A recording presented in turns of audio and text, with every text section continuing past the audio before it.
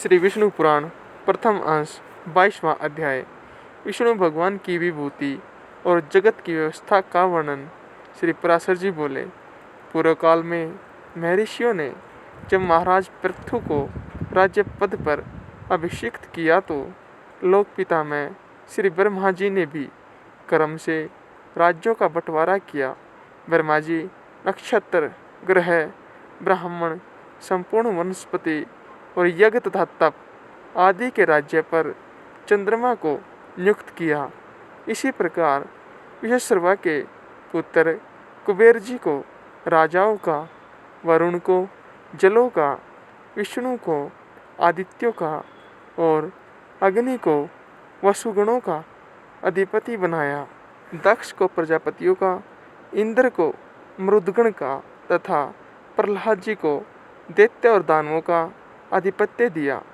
पितृगण के राज्य पद पर धर्मराज यम को अभिषिक्त किया और संपूर्ण गजराजों का स्वामित्व ऐरावत को दिया। गरुड़ को पक्षियों का, इंद्र को देवताओं का, उच्चश्रवा को घोड़ों का और वृषभ को गायों का अधिपति बनाया। प्रभु ब्रह्मा जी ने समस्त मृगों, वन्य पशुओं का राज्य सिंह को दिया और सर्पों का स्वामी शेषनाग को बनाया। शतावरों का स्वामी हिमालय को, मुनिजनों का कपिल देव जी को और नख तथा दाढ़ वाले मृगगण का राजा व्याघ्र बाघ को बनाया तथा पलक्ष पाकर को वनस्पतियों का राज दिया। इसी प्रकार ब्रह्मा जी ने और जातियों के प्राधान्य की व्यवस्था की। इस प्रकार राज्यों का विभाग करने के अनंतर प्रजापतियों के स्वामी ब्रह्मा जी ने सब और दिक्पालों की स्थापना की। उन्होंने पूर्व दिशा में वैराज प्रजापति के पुत्र राजा सुंदनवा को दिक्पाल पद पर अभिषिक्त किया तथा दक्षिण दिशा में कृदम प्रजापति के पुत्र राजा शंख पद की नियुक्ति की। कभी च्युत न होने वाले रजस पुत्र महात्मा केतुमान को उन्होंने पश्चिम दिशा में स्थापित किया और पर्जन्य प्रजापति के पुत्र अति दुर्भदर्श राजा हिरण्यरोमा को उत्तर दिशा में अभिषिक्त किया। वे आज तक 7 द्वीप और अनेकों नगरों से युक्त इस संपूर्ण पृथ्वी का अपने अपने विभाग अनुसार धर्मपूर्वक पालन करते हैं। हे मुनिस्तम, ये तथा अन्य भी जो संपूर्ण राजा लोग हैं, वे सभी विश्व के पालन में प्रवृत्त परमात्मा श्री विष्णु भगवान के विभूति रूप हैं। हे द्विजोत्तम, जो भूत अधिपति पहले हो गए हैं और जो आगे होंगे, वे सभी स्वरभूत भगवान विष्णु के अंश हैं। जो भी देवताओं, दैत्यों, दानवों और मांसभोजियों के अधिपति हैं, जो पशुओं, पक्षियों, मनुष्यों, सर्पों और नागों के अधिनायक हैं, जो वृक्षों, पर्वतों और ग्रहों के स्वामी हैं तथा और भी भूत, भविष्यात एवं वर्तमानकालीन जितने भूतेश्वर हैं, वे सभी स्वरभूत भगवान विष्णु के अंश से उत्पन्न हुए हैं। हे महाप्राग, सृष्टि के पालन कार्य में प्रवृत्त सर्वेश्वर श्री हरि को छोड़कर और किसी में भी पालन करने की शक्ति नहीं है। रज और सत्व आदि गुणों के आश्रय से वे सनातन प्रभु ही जगत की रचना के समय रचना करते हैं, स्थिति के समय पालन करते हैं और अंत समय में काल रूप से संहार करते हैं। वे जनार्दन 4 विभाग से सृष्टि और 4 विभाग से ही स्थिति के समय रहते हैं तथा 4 रूप धारण करके ही अंत में प्रलय करते हैं। एक अंश से वे अव्यक्त स्वरूप ब्रह्मा होते हैं, दूसरे अंश से मरीचि आदि प्रजापति होते हैं, उनका तीसरा अंश काल है और चौथा संपूर्ण प्राणी। इस प्रकार वे रजोगुण विशिष्ट होकर 4 प्रकार से सृष्टि के समय स्थित होते हैं। फिर वे पुरुषोत्तम सत्व गुण का आश्रय लेकर जगत की स्थिति करते हैं, उस समय वे एक अंश से विष्णु होकर पालन करते हैं, दूसरे अंश से मनु आदि होते हैं तथा तीसरे अंश से काल और चौथे से सर्वभूतों में स्थित होते हैं तथा अंतकाल में वे अजन्मा भगवान तमोगुण की वृत्ति का आश्रय ले एक अंश से रुद्र रूप, दूसरे भाग से अग्नि और अंत आदि रूप, तीसरे से काल रूप और चौथे से संपूर्ण भूत स्वरूप हो जाते हैं। हे ब्रह्मन, विनाश करने के लिए उन महात्मा की यह 4 प्रकार की सार्वकालिक विभाग कल्पना कही जाती है। ब्रह्मा, दक्ष आदि प्रजापतिगण, काल तथा समस्त प्राणी ये श्रीहरि की विभूतियाँ जगत की सृष्टि के कारण हैं। हे द्विज, विष्णु, मनु आदि काल और समस्त भूतगण ये जगत की स्थिति के कारण रूप भगवान विष्णु की विभूतियाँ हैं तथा रुद्र, काल, अंतक आदि और सकल जीव श्री जनार्दन की ये 4 विभूतियाँ प्रलय के कारण रूप है।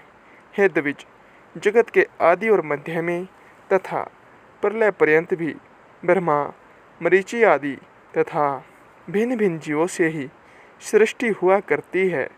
सृष्टि के आरंभ में पहले ब्रह्मा जी रचना करते हैं, फिर मरीचि आदि प्रजापतिगण और तदंतर समस्त जीव क्षण क्षण में संतान उत्पन्न करते रहते हैं।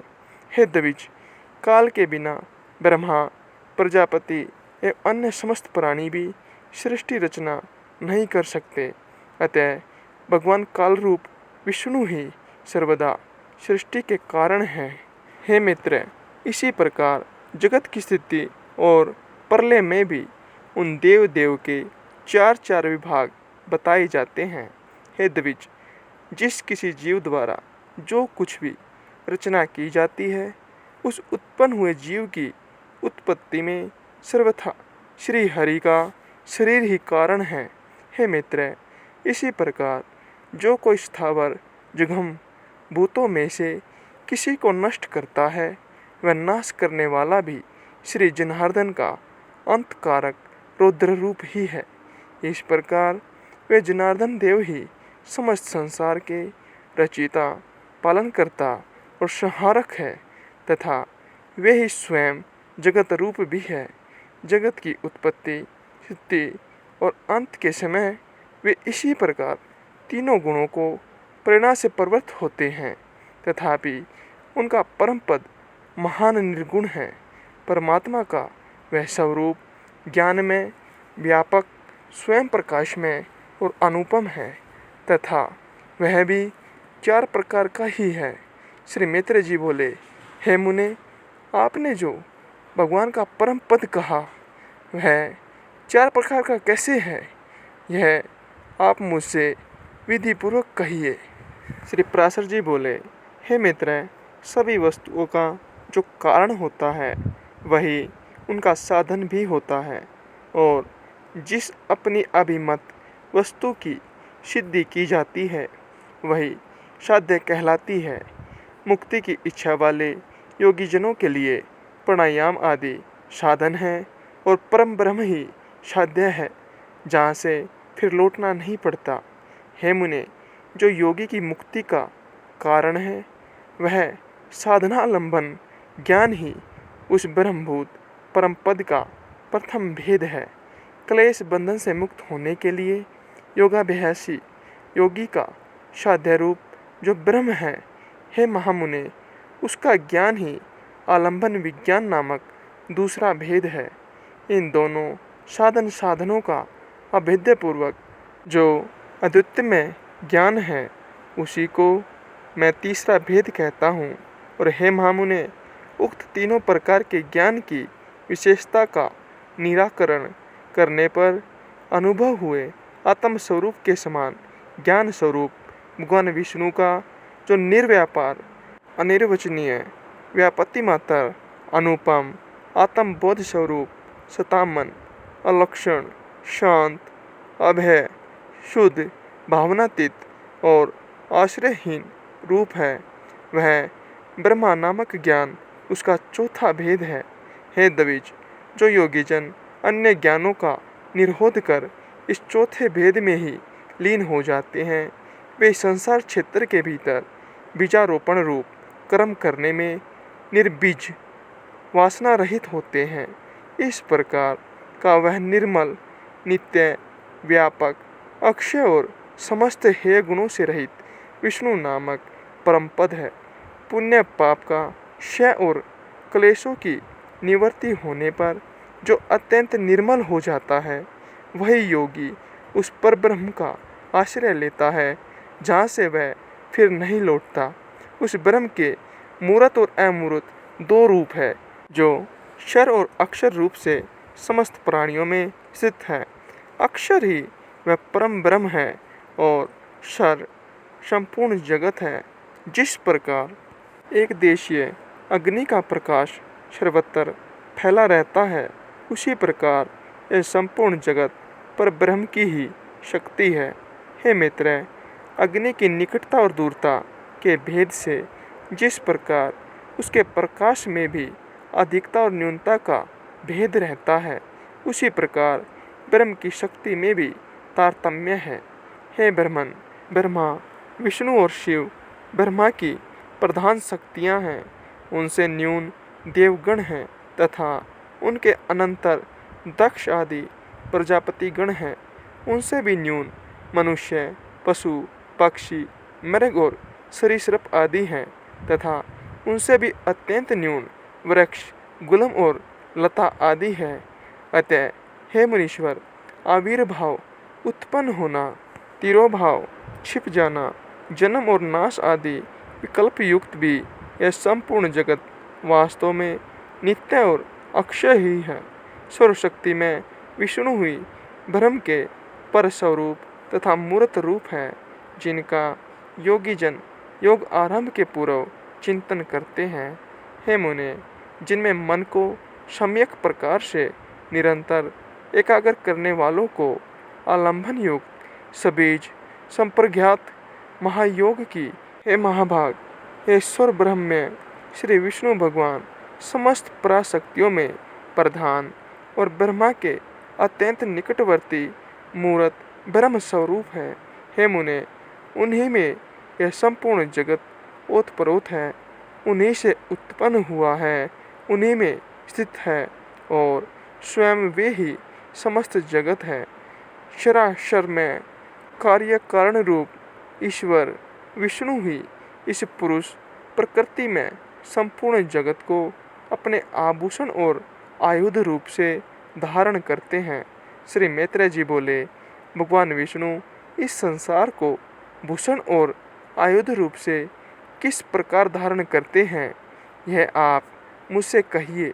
श्री पराशर जी बोले, हे मुने, जगत का पालन करने वाले अप्रेम में श्री विष्णु भगवान को नमस्कार कर अब मैं जिस प्रकार वशिष्ठ जी ने मुझसे कहा था, वह तुम्हें सुनाता हूँ। इस जगत के निर्लेप तथा निर्गुण और निर्मल आत्मा को अर्थात शुद्ध छिद्रग स्वरूप को श्री हरि कौसुतुभ मणि रूप से धारण करते हैं।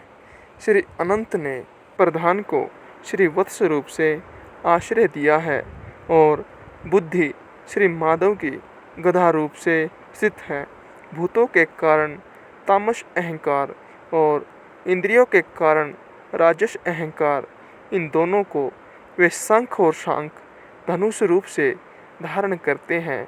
अपने वेग से पवन को भी पराजित करने वाला अत्यंत चंचल सात्विक अहंकार रूप मन श्री विष्णु भगवान के कर कमलों में स्थित चक्र का रूप धारण करता है। हे द्विज, भगवान गदाधर की जो मुक्ता, माणिक्य, मरकत, इंद्रनील और हिरकमयी पंचरूपा वैजंती माला है, वह पंच तन्मात्राओं और पंचभूतों का ही संघात है। जो ज्ञान और क्रम में इंद्रियां हैं, उन सब को श्री जनार्दन भगवान बाण रूप से धारण करते हैं। भगवान अच्युत जो अत्यंत निर्मल खड्ग धारण करते हैं वह अविद्या में कोष से आच्छादित विद्या में ज्ञान ही है। हे मित्र, इस प्रकार पुरुष प्रधान बुद्धि, अहंकार, मन, पंचभूत, इंद्रिया तथा विद्या और अविद्या सभी श्री ऋषिकेश में आश्रित है। श्री हरि रूप रहित होकर भी मायामय रूप से प्राणियों के कल्याण के लिए इन सब को अस्त्र और भूषण रूप से धारण करते हैं।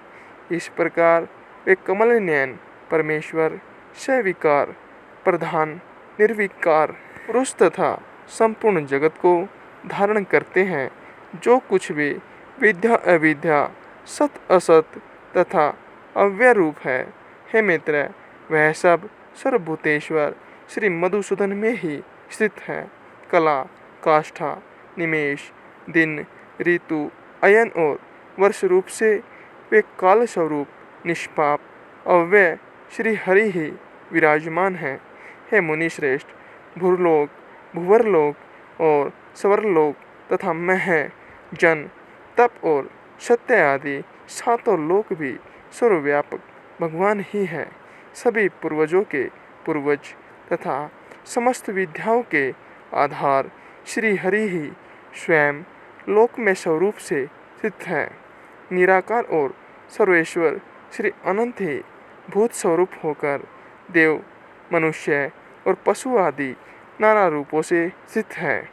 ऋग, यजु, साम और अथर्ववेद, इतिहास, महाभारत आदि उपवेद, आयुर्वेद आदि वेदांत वाक्य, समस्त वेदांग, मनु आदि कथित समस्त धर्मशास्त्र, पुराण आदि सकल शास्त्र, आख्यान, अनुवाक, कल्पसूत्र तथा समस्त काव्य चर्चा और राग रागिनी आदि जो कुछ भी है, वे सब शब्द मूर्तिधारी परमात्मा विष्णु का ही शरीर है। इस लोक में अथवा कहीं और भी जितने मूर्त अमूर्त पदार्थ हैं, वे सब उन्हीं का शरीर है। मैं तथा यह संपूर्ण जगत जनार्दन श्री हरि ही हैं। उनसे भिन्न और कुछ भी कार्यकरण आदि नहीं है। जिसके चित्त में ऐसी भावना है, उसे फिर ध्येयजन्य राग द्वेष आदि द्वंद्व रूप रोग की प्राप्ति नहीं होती। हे द्विज, इस प्रकार तुमसे उस पुराण के पहले अंश का यथावत वर्णन किया। इसको सुनने से मनुष्य समस्त पापों से मुक्त हो जाता है। हे मित्र, 12 वर्ष तक कार्तिक मास में पुष्कर क्षेत्र में स्नान करने से जो फल होता है, वह सब मनुष्यों को इसके श्रवण मात्र से मिल जाता है।